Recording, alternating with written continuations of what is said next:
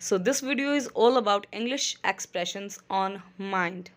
Also consider subscribing my channel and turn on the notification bell so that you can learn every day something for sure. Let's start this video.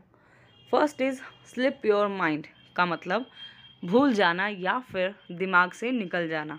Okay, example, I forgot to send an important email. It totally slipped my mind. का मतलब एक ज़रूरी email भेजना मैं भूल गई, ये पूरी तरह से मेरे दिमाग से निकल गया.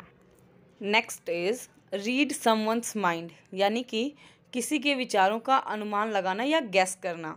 एग्जाम्पल, अगर आपके सामने कोई कहे I am dying to have a cup of coffee और उसी वक्त आपकी भी इच्छा हो रही हो कॉफ़ी पीने की, तो आप बोलेंगे यू रीड माई माइंड. का मतलब मैं भी यही सोच रहा था, मेरी भी यही इच्छा है, मैं भी यही चाहता हूँ. Okay, you read my mind. Next, put your mind at ease, मतलब किसी को भरोसा दिलाना, किसी को तसल्ली देना. Okay, example, let me put your mind at ease that I am going to take well care of your house in your absence. यानी कि मैं आपको इस बात का भरोसा देता हूँ, इस बात का अश्योरेंस देता हूँ कि मैं आपके घर का ध्यान अच्छे से रखूँगा जब आप लोग घर में नहीं होंगे. ओके, तो put your mind at ease का मतलब किसी को भरोसा दिलाना किसी भी बात का. Okay, next is never mind का मतलब चिंता मत करो या फिर कोई बात नहीं. Example, sorry I can't help you right now. तो सामने वाला इसका जवाब दे सकता है ऐसे बोलकर, never mind it's all right, मतलब चिंता मत करो, कोई बड़ी बात नहीं थी या फिर कोई इम्पॉर्टेंट बात नहीं है. सो नेवर माइंड, कोई चिंता मत करो, कोई बड़ी बात नहीं है. Next is my mind went blank. Blank का मतलब होता है एकदम खाली हो जाना, कुछ नहीं होना. Okay, completely empty.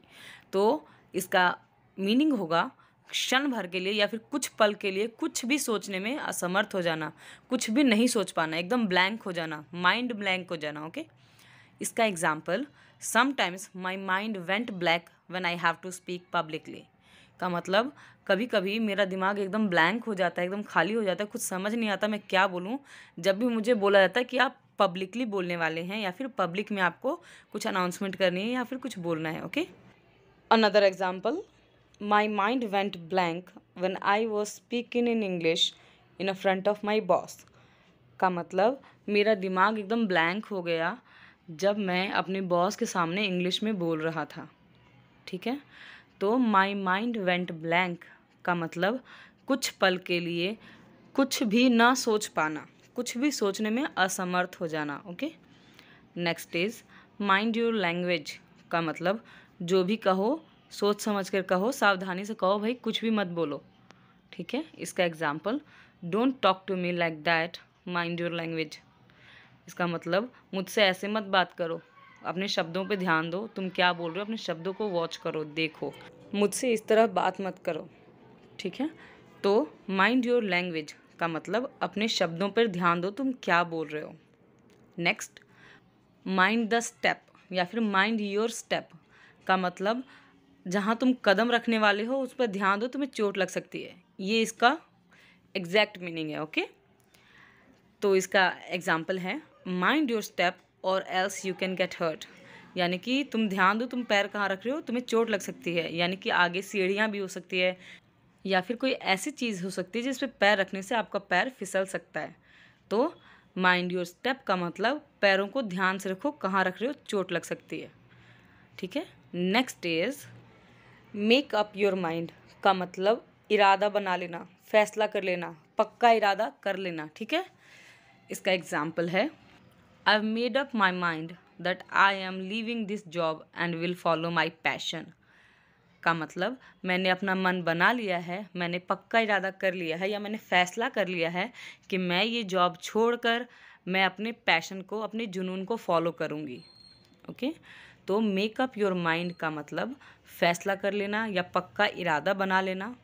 ठीक है, next is go out of your mind का मतलब पागल हो जाना, यानी कि पागलों जैसी बातें करना. असली में पागल नहीं हो जाना, बट हम जब बोलते हैं ना गुस्से में पागल हो गए हो क्या, ऐसे. Okay, example, have you gone out of your mind that you are saying this things. का मतलब क्या तुम पागल हो गए जो तुम ऐसी बातें बोल रहे हो. Have you gone out of your mind that you are saying such things या फिर दीज थिंग्स। ओके, तो आउट ऑफ योर माइंड का मतलब पागल हो जाना, चाहे गुस्से में या फिर किसी भी वजह से।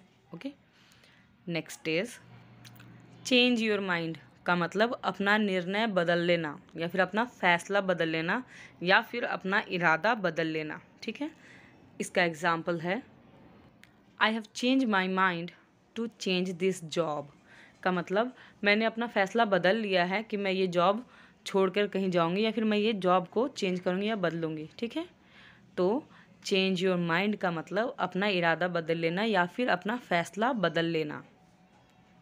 Next is B in two minds यानी कि अनिर्णित होना, किसी भी फैसले पे नहीं पहुंच पाना, दो मन होना, ये वाली बात भी सही है वो वाली बात भी सही है, ये वाला हाल। ठीक है, इसका एग्जाम्पल है stop being two minded and take the decision quickly का मतलब दोनों बातें मत बोलो या फिर दो मन में मत रहो, जो भी फैसला है तुम्हारे हिसाब जो सही है वो बोलो, don't be two minded. Okay, तो बी इन टू माइंड्स का मतलब दो मन होना यानी कि दोनों बातें सही लगना या फिर दोनों बातें गलत लगना। ठीक है, नेक्स्ट इज बियर या फिर कीप इन माइंड। ठीक है, बियर या कीप दोनों लगा सकते हैं, in mind. Example keep it in your mind that he is my brother you better not mess with him का मतलब याद रखना कि मेरा भाई है, तुम्हारे लिए अच्छा होगा कि तुम इससे झगड़ना मत या तुम इससे पंगे मत लेना या फिर इससे उलझना मत। ओके, तो कीप इन माइंड मतलब किसी चीज़ को दिमाग में रखना या किसी चीज़ को याद रखना, भूलना नहीं। Okay, so guys, thank you so much for watching this video till the end. If you found it useful anyhow, then don't forget to share it with others. Thank you so much once again.